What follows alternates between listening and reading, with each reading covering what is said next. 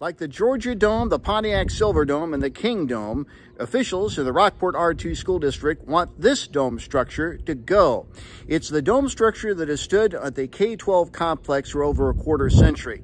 And if voters approve a $6.5 million bond issue on Tuesday, April 4th, this building that has stood for over a quarter century will be replaced with new facilities and new classrooms for a new era of education in this district. Currently, the venerable dome structure holds classrooms, like this high school junior biology class, and separate libraries for high school and elementary students.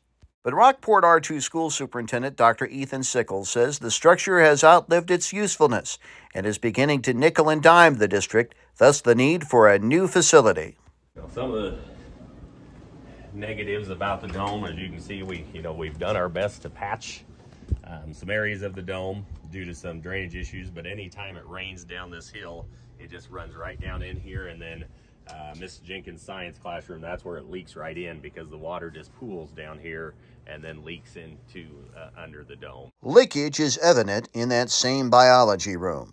In fact, the current biology lab is antiquated and inadequate for today's technology. Sickles says the bond issue's passage would pave the way for a new state-of-the-art facility with new classrooms and a centralized library/media center for K-12 students. Times change. It's not just books on shelves anymore. We offer so many other things as far as technology with computers, with printers, etc. And so for those students to learn in that space will be tremendous. Dr. Sickles points to other improvements that would be made here at the K-12 complex if voters approve the bond issue by a 4/7 vote or a 58% supermajority, including upgrades to the elementary building, especially the cafeteria that needs new flooring. One of the changes we'd like to see here is some new flooring in the cafeteria that's a little bit safer and just updated for our students and community.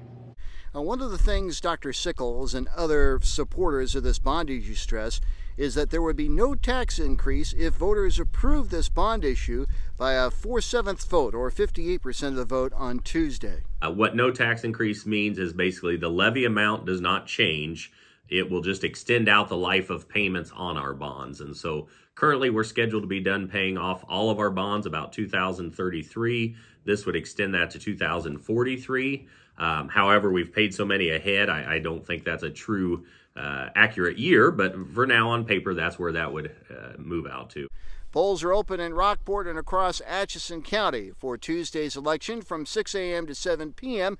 If you have any further questions, contact the Rockport R2 School District or the Atchison County Clerk's Office.